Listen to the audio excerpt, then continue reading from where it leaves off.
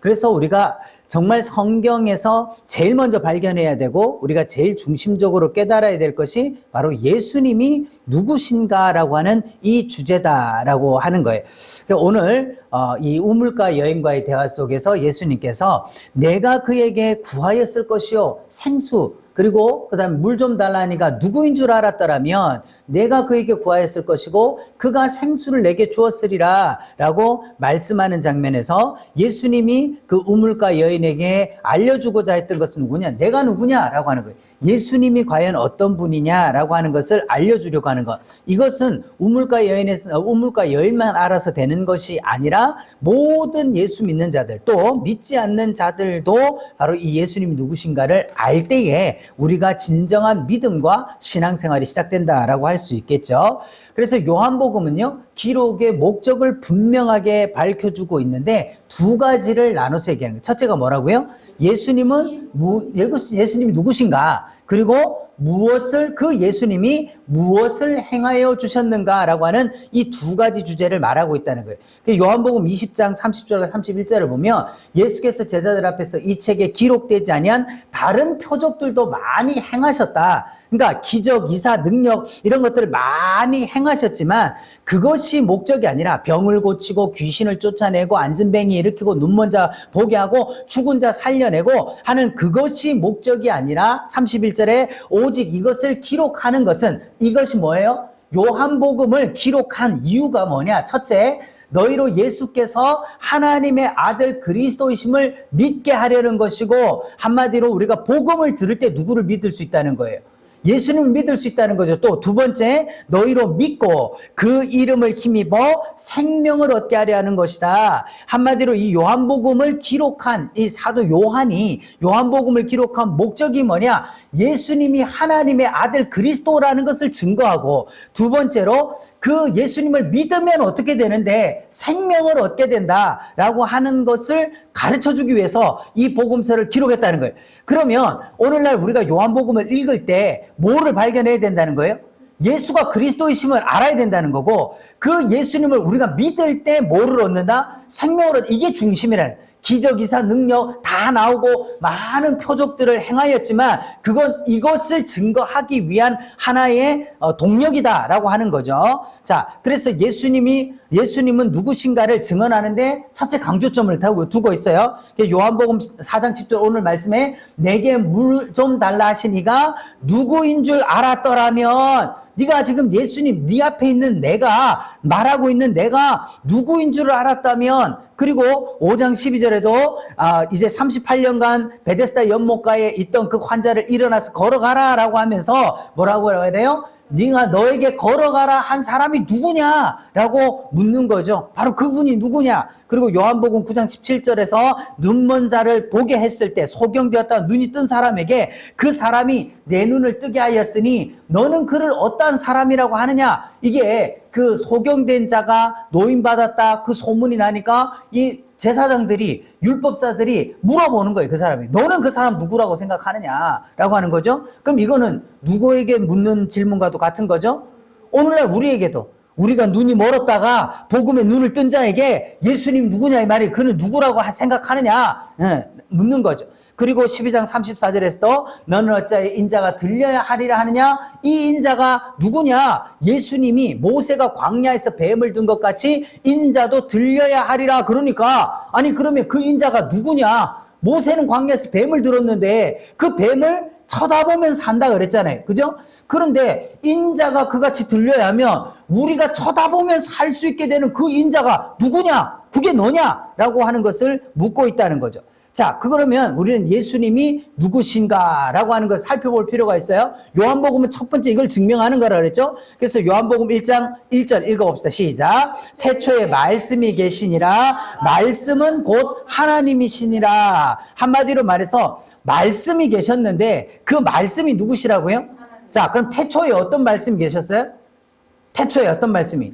자, 하나님이 창세기 1장 1절에 하나님이 천지를 창조하시니라 라고 말씀하시면서 하나님의 음성이 첫 번째로 나타나는 때가 있는데 그게 언제예요? 빛이 있으라는 거, 빛이 있으라. 그죠? 그 하나님의 말씀이 선포되어지는 그때 그 하나님의 말씀이 곧 하나님이다 라고 말씀을 하는 것이죠. 그리고 1장 4절은 또 뭐라고 말씀해요? 말씀이 육신이 되어 우리 가운데 거하심에 우리가 그의 영광을 보니 아버지의 독생자의 영광이다 라고 표현을 하고 있어요. 그러니까 이 말씀으로 계시던 분이 실체가 돼서 왔다, 육신을 입고 우리 가운데 왔다라고 증언을 하는데, 이 실체가 되어서 우리 가운데 오는 것에 대한 예표, 그림자와 모형이 뭐냐면 구약시대의 성막과 성전이라고 하는 모형으로 이스라엘 백성 가운데, 하나님의 백성 가운데 거하는 처소가 됐죠. 그래서 성막과 성전을 봉헌할 때 하나님의 영광이 어떻게 해요?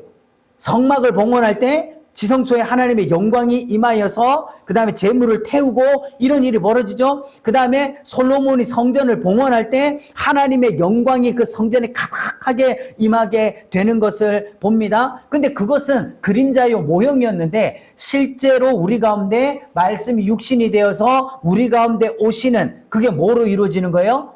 임마누엘로 이루어지는 것으로 성취하셨다라고 하는 것을 보여주는 거죠. 그런데 예수님은 단순하게 독자가 아니라 독생자라는, 독생자, 유일하신 한 분이라는 거예요. 그리고 요한복음 1장 18절에 본래 하나님을 본 사람이 없으되 아버지 품속에 있는 독생하신 하나님이 나타내셨느니라. 한마디로 하나님을 볼 사람이 있습니까, 없습니까? 하나님 볼 수가 없어요. 죄인이 하나님을 보면 어떻게 되는 거예요? 죽어버리는 거예요. 그 죄로 말미암아 심판받는 거예요.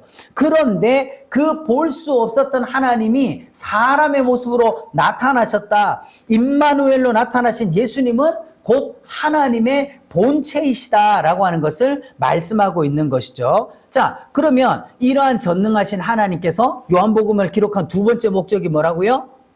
예수님이 누구신가라고 말하는 게 첫 번째고, 두 번째는 그 예수님이 우리를 위해서 무엇을 행하여 주셨는가, 이게 중요한 거예요. 자, 예수님이 누구신지를 아는 게 중요해. 그죠? 중요하지만 그 예수님이 나하고 상관없으면 아무 의미가 없는 거잖아요.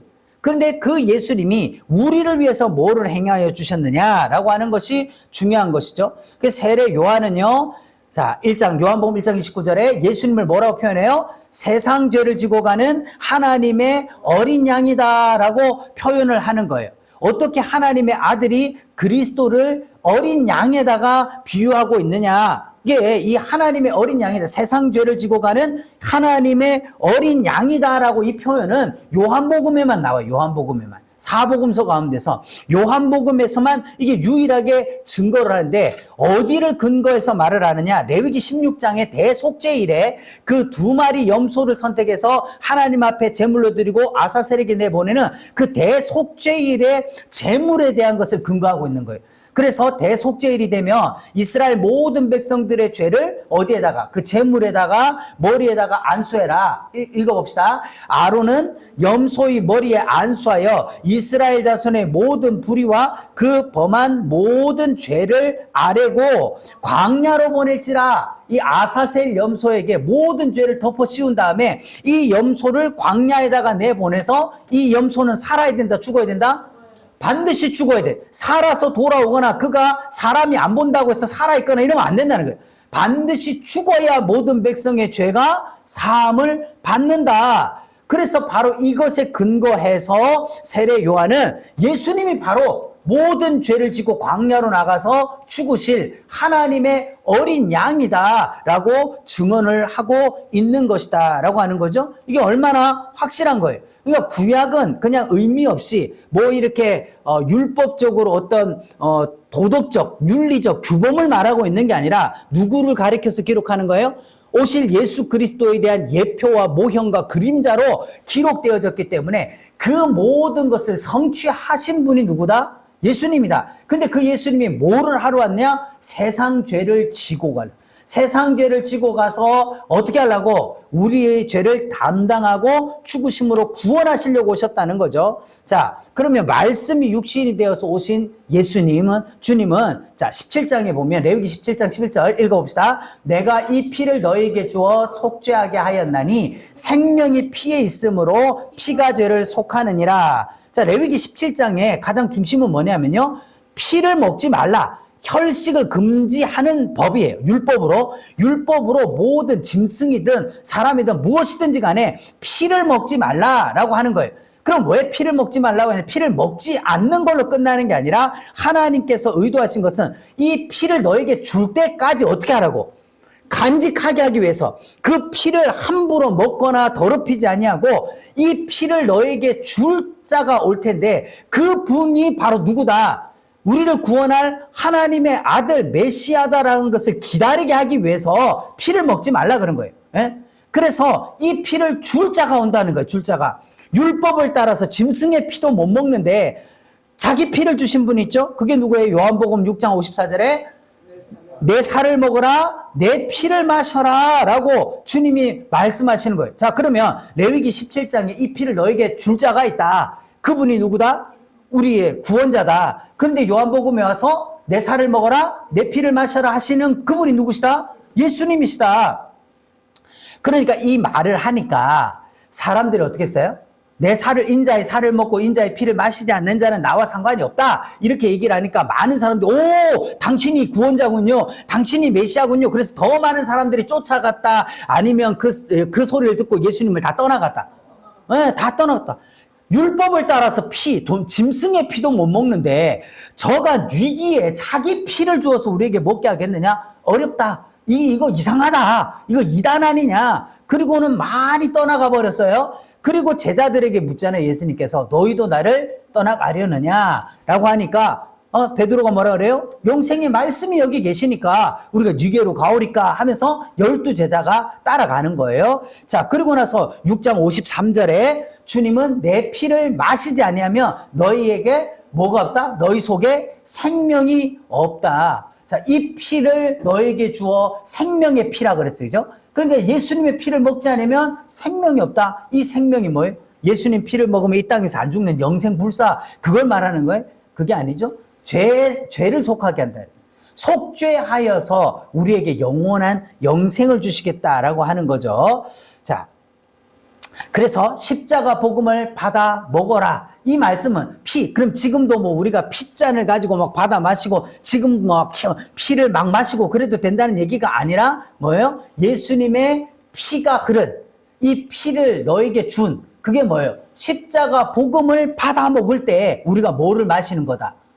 우리가 예수님의 피를 마시는 거다. 아멘? 네, 이게 너무 중요한 거예요. 근데 중요한 거는 오늘날의 교회에서, 오늘날 우리가 설교에서 예수 피에 대한 증거가 없다면 우리는 뭘 하고 있는 거죠? 생명 없는 헛된 의식을 하고 있는 거지.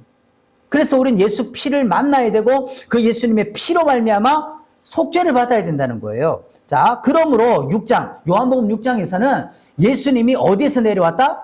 하늘로부터 내려왔다. 왜? 땅에 속한 걸로는 죄를 사할 수 없기 때문에 하늘에서부터 내려왔다라는 것을 강조를 하고 계셔요. 38절에 내가 하늘에서 내려왔다. 이는 하늘에서 내려온 떡이다. 51절에는 나는 하늘에서 내려있는 살아있는 떡이다. 그래서 사람이 이 떡을 먹으면 영생하리라. 그러면 이거는 어디에다가 근거해서 얘기를 한 거예요? 이스라엘 백성들이 광야에서 뭐를 먹은 거? 출애굽한 백성들이 광야에서 만나를 먹은 것에 근거해서 너희 조상은 광야에서 만나를 먹고도 살았다 죽었다. 죽었으나 내가 너희에게 주는 것은 하늘에서 내려온 살아있는 떡이니 나를 먹는 자, 이것을 먹는 자는 살리라. 그럼 예수님 살 뜯어 먹어야 산다는 거예요? 뭘 먹어야 된다는 거죠? 십자가 복음을 들어야 뭐가 산다는 거예요? 첫째는 우리 심령이 사는 거고, 둘째는 우리의 육신이 사는 거고, 셋째는 영생의 소망이 있다 이 말인 거죠. 자, 그래서 6장 58절에도 이것은 하늘에서 내려온 떡이니 거듭거듭 하늘에서 내려왔다. 왜 이것을 그렇게 강조하고 있습니까? 땅에 속한 것으로는 죄를 사할 수 있는 것이 있다 없다? 없다. 구약에 나타나는 건 다 모형이고 그림자요 예표로 주어진 거고 그것을 실체로 이루신 것이 예수님이시고 그 예수님의 복음을 듣고 믿는 자가 구원을 받는다라고 하는 거죠. 자, 그래서 요한복음에는요 이 때에 대한 초점을 맞추고 있어요. 그러면 예수님이 오신 것 그리고 우리를 위해서 이렇게 복음을 구원을 주신 것 그럼 중요한 게 뭐죠? 약속이 있고 그 다음에 그 약속에 대한 보증이 있는데 그 약속을 만나기 위해서는 뭐가 있어야 돼요? 때가 있어야지. 시간을 맞춰야 될 거 아니에요. 시간을 맞춰야. 그죠? 우리나라 사람들 많이 농담하는 게, 야, 언제 밥 한 끼 먹어? 언제 먹자는 거예요. 외국인들은 그게 처음에 너무 헷갈린다는 거예요. 자기랑 정말 친하게 지내고 싶은가? 정말 이제 나랑 밥을 먹고 싶은가? 밥 한 끼 먹자 그래 놓고는 하루가 가도 얘기를 없고, 그 다음날도 일주일이 가도 얘기 없고, 야, 밥 먹자 그래 놓고 왜 말이 없어? 그거 그냥 우리 의례로 인사하는 건데, 예. 한국 사람들은 그게 통해. 그죠? 야, 언제 점심 때쯤 만나? 그러면 대충 언제예요? 점심 때쯤 만나? 12시에서 한 2시 요 사이에 또 그렇게 또 만나요. 그렇지만 우리가 하나님을 만나는 때가 정확한 때가 있어요. 그래야 약속은 성취가 되는 거잖아요. 자, 그러면 요한복음에 보면 가나의 혼인잔치 때 예수님이 참석을 했어요. 그때 뭐가 떨어졌어요? 포도주가 떨어지게 되는 장면이 나오죠. 그때 예수님의 어머니 마리아가 예수님께 와서 아들아, 포도주가 없다. 포도주가 떨어졌다. 그러니까 예수님 뭐라고 말해요? 내 때가 아직 이르지 아니하였나이다. 근데 포도주니까 죽기는 힘들지. 그죠? 예, 부어야지. 쓸어 담든지. 그런데 내 때가 아직 이르지 아니하였다? 이게 무슨 말이에요? 이 때가 언제? 예수님 포도주 공장 차릴 때가 아직 안 됐다는 거예요? 그게 아니라, 아직 뭐가 안 됐다? 내가 피 흘릴 때가 아직 안 됐다. 그 얘기죠. 그래서 요한복음 7장에서도 내 때는 아직 이르지 아니하였다라고 말씀하셔요. 그리고 나서 8장 20절에도요. 잡는 사람이 없으니 그때가 아직 이르지 아니하였다. 예수님이 하나님의 아들이다. 내가 하늘로부터 왔다. 이러니까 사람들이 막 붙잡으려고 하다가 이제 때가 이르지 않으니까 예수님을 잡을 수가 없다. 왜? 언제 잡아야 되는데? 6월절 양 잡는 날에 잡아야 되는 거예요. 예수님이 하나님의 어린 양이라고 세례요한이 증거를 했으니까. 근데 아직 그때가 안 됐다는 거예요. 그죠? 그런데 이때가 이럴 때가 있다. 내가 이를 위하여 이때에 왔나이다. 언제예요? 예수님이 겟세마네 동산에서 기도하실 때 이 때를 면하게 하여 주옵소서. 이때가 언젠데? 십자가를 앞에 두고 있는 때잖아요. 그죠? 근데 12장에서 보면 그러나 내가 이를 위하여 이때에 왔나이다. 자, 이를 위하여 이가 뭔데? 이것을 위해서. 나는 이것을 위하여 이때에 왔다. 뭐 하는 거예요? 십자가를 지기 위해서 지금 때를 맞춰서 왔다는 거죠. 그래서 13장 1절에 6월절 이 이름에 아버지께로 돌아가실 때가 이른 줄 아시고, 자, 그래서 예수님이 6월절에 예루살렘으로 6월절을 지키기 위해서 예루살렘 오셔서 죽으시잖아요? 그죠? 왜 그것이 나타나는, 그때가 언젠데? 이 6월절에 뭐 하는 건데? 이스라엘 백성들이 이 6월절에 뭐 하는 건데요? 응? 양을 잡잖아. 양을 잡아서 그 양의 피로 말미암아 죄 사함을 받는 날이에요. 그죠? 그래서 때가 이르렀다는 거예요. 그게 바로 뭐로 이루어지는 거죠? 12장의 인자의 영광을 얻을 때가 왔도다. 이 십자가에서 이루시는 거죠. 그리고 십자가를 지실 때 아버지여 때가 이르러 싸우니 말씀하시고 십자가를 지시고 19장 30절에서 다 이루었다. 뭘 다 이루었다는 거예요? 뭘? 구약의 모든 약속과 구약에서 이루어진 모든 인류의 죄의 값을 다 치르고 다 이루어서 이제는 하나님을 영화롭게 하는 날이 왔다라고 하는 것이죠. 그래서 이때에 우리의 구원, 이때 바로 십자가를 지심으로 우리의 구원을 이루신 때다 이 말이에요. 그때, 근데 그게 일회성으로 끝난 게 아니라 지금도 믿는 자들에게는 이때가 뭐다? 현재라는 거예요. 현재. 그게 중요한 거죠. 결론입니다. 우리가 요한복음엔 두 가지 주제를 중심으로 해서 썼다 그랬어요. 첫째는 뭐? 예수님이 누구신가? 자, 예수님 누구시라 그랬어요, 예수님이. 예수님이 첫째는 하나님이시다. 두 번째는 그 말씀이 육신이 되어 우리 가운데 오신 임마누엘, 하나님의 본체이시다, 실체이시다 라고 하는 것을 말씀했어요. 그러면 두 번째 주제가 뭐예요? 예수님이 우리를 위해서 뭘 해주셨냐? 뭐를 주신다 그랬어요. 레위기 17장에서 피를 너에게 준다라고 할 때 예수님이 마지막 최후의 만찬 자리에서 제자들에게 뭐를 주셨어요? 내 살을 먹어라, 내 피를 마셔라. 피를 주는 그이가 우리의 구원자다라고 하는 것을 확증해 줬어요. 그럼 그 피를 먹고 마시는 자는 뭐를 얻는다? 영생을 얻는다. 그 피를 먹지 않는 자는 영생이 없다. 한마디로 말해서 구원 못 받는다. 그러면 그 피가 뭘 말한다고요? 뭐를 우리가 지금 오늘날 우리는 뭐를 먹고 마셔야 산다는 거예요? 예수님의 십자가 복음을 듣고 믿어야 산다는 거죠. 그 첫 번째, 믿는 자에게 뭘 믿는다고? 뭘 믿는다고요? 뭘 믿어요? 믿음에는 내용이 있고 근거가 있는 거예요. 믿음 뭘 믿어요? 예수님의 십자가 복음을 믿는 자에게 영생이 있다. 그리고 믿는 자에겐 영생을 얻었고 믿는 자는 영생을 가졌다. 믿는 자는 영생이 있고 영생을 얻었고 영생을 가졌다. 할렐루야. 이게 그냥 믿습니다. 그냥 내가 덮어놓고 믿습니다. 이게 아니라 믿음에는 내용이 있다고. 믿음에 내용이 있는데 그 믿음의 내용이 뭐라고? 예수 십자가 복음이랍니다.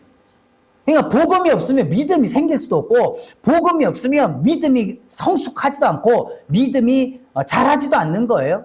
근데 우리는 교회 오래 다니고 그냥 뭐 성경 좀 읽고 그러면 다 된 줄 알고 교회에서 직분 좀 가지고 이러면 되는 게 아니라 우리가 뭘 믿어야 되냐? 십자가 복음을 믿어야 되는 거죠. 요한복음은 마지막 말씀에 21장 17절에 내가 나를 믿느냐? 그 요한복음의 결론을 보면 믿는 자는 했으니까 결론에 가서는 어떻게 해요? 네가 나를 믿느냐? 이래야 되는데가 아니라 뭐예요? 네가 나를 사랑하느냐라고 하는 걸로 끝나고 있다는 거예요. 사랑하느냐? 사랑을 말하고 있어요. 자, 여기 이 장면이 어떤 장면이죠? 부활하신 예수님께서 베드로에게 3번을 물어보잖아요. 네가 나를 사랑하느냐 라고 물어봐요. 물어보는데 예수님은 이제 아가페, 한마디로 무제한적인 사랑에 대해서 얘기를 해요. 그럼 베드로는 뭐라고 말해요? 나는 필레오, 나는 친구 정도, 우정 정도로서의 사랑밖에 할 수가 없습니다라고 얘기를 해요. 자, 베드로는 3번 다 나는 필레오 합니다라고 얘기를 해. 예? 그 왜 그런 거지? 예수님을 사랑하는 것조차도 우리 힘으로 할 수 있는 게 아니라는 거예요. 우리 힘과 능력으로 되는 게 아니에요. 그래서 예수님께서는 네가 나를 사랑하느냐라고 할 때 그 사랑조차도 누가 우리에게 사랑은 우리에게 속한 것이 아니라 누구에게? 하나님께 속한 것. 예수님이 내 안에 오셔야만 나도 내 목숨을 버릴 만큼 주님 사랑할 수 있다는 게 나올 수 있다는 거죠. 그럼 이 사랑이 언제 우리 가운데 부어지게 되는 거예요? 십자가 복음을 깨닫고 죄사함을 받고 누가 우리 가운데 오셔요? 성령님 우리 안에 오실 때 순교를 가능하게 하는 사랑이 나온다는 거예요. 네. 그리고 그런 사랑을 받았을 때 너는 나를 따르라. 네. 아무렇게나 따라가겠습니다라고 해서 되는 것이 아니라 십자가 복음으로 죄사함 받고 성령의 충만을 받고 나서 너는 어떻게 해라? 너는 나를 따르라. You follow me. 넌 나를 따라와라. 자, 오늘날 우리가 해야 될 것이 분명하죠. 자, 첫 번째 우리가 먼저 해야 되는 게 뭐예요? 십자가 복음을 믿는 게 먼저라요. 믿는 게. 알고 듣고 믿어서 그 다음에 믿는 걸로 끝나는 게 아니라 어느 단계까지 가는 거예요? 사랑하는 단계까지 가는 거예요. 사랑하는, 복음을 사랑하는, 그리스도를 사랑하는 단계까지 가는 거예요. 그리고 나면 어떻게 해요? 따라가게 됩니다. 예수님의 뒤를 따라가게 되는 거예요. 그 마지막 요한계시록에서도 흰 옷을 입고 앞장서가는 예수님을 세마포 옷을 입은 신부들이 따라가는 거잖아요. 따라가는 거. 그냥 그게 우리 열심으로 노력으로 힘써서 애써서 되는 것이 아니라 뭐가 우리 가운데 부어졌을 때 첫째 십자가 복음이 부어지고 믿어지고 죄사함에 대한 그 은혜로 말미암아 성령님 우리 가운데 하나님 사랑을 주시면 하지 마라 그래도 따라가는 거예요. 사랑할 수밖에 없고 따라갈 수밖에 없다라고 하는 거죠. 오늘 우리가 이 혼탁한 시대, 이 어려운 시대 가운데서 바로 이 복음을 바로 깨닫고 예수님을 따라갈 수 있는 믿음의 사람 되기를 축복합니다. 기도하겠습니다.